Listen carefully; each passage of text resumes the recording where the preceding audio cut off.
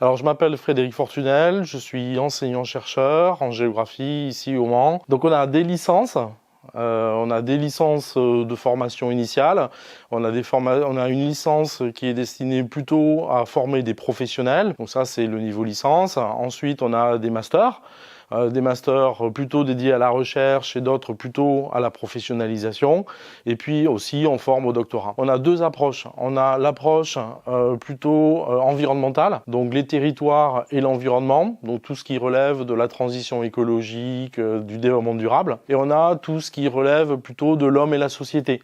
Donc, et ses activités, par exemple l'aménagement, l'urbanisme, mais aussi le tourisme, ou des problématiques plus théorisées, comme par exemple la culture, la société, ce genre de choses. On a des semestres, évidemment, où s'articulent différentes matières, on dira ça comme ça. Évidemment, en L3, en licence 3, vous avez la possibilité de faire un stage en entreprise, en collectivité territoriale. Nos recrutements et les étudiants qui réussissent dans nos filières sont des étudiants qui sont curieux, évidemment, hein, qui cherchent à faire changer le réel, qui cherchent à s'investir dans les territoires et à mener un projet de transition écologique, d'amélioration du quotidien, etc., avec une formation académique solide. Nous avons une licence professionnelle SIG, donc Système d'information géographique, ce qui permet de déboucher sur des métiers d'attaché informatique sur les systèmes d'information. Donc là, ce sont des outils plutôt orientés vers l'informatique et la cartographie. En ce qui concerne donc la partie master, on a plutôt comme débouché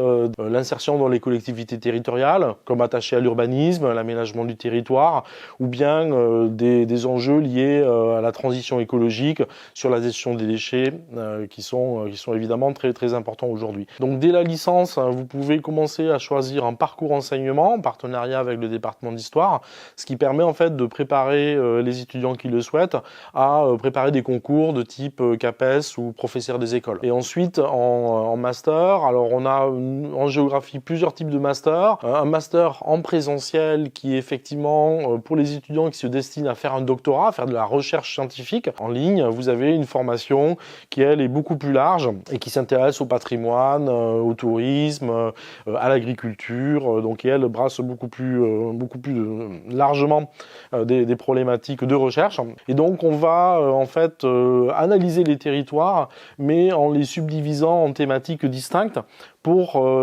faire susciter des analyses qui puissent avoir une approche systémique de ces différents enjeux. Et donc l'objectif de la géographie telle qu'on l'enseigne à l'université, ou telle qu'on l'apprend et telle qu'on se la forme, eh bien c'est une géographie qui est à la fois plus précise et qui va essayer d'englober ces différents enjeux, mais en les subdivisant de manière bien plus distincte et bien plus précise que celle qu'on peut avoir effectivement quand on arrive à l'université avec une approche beaucoup plus large et beaucoup plus superficielle.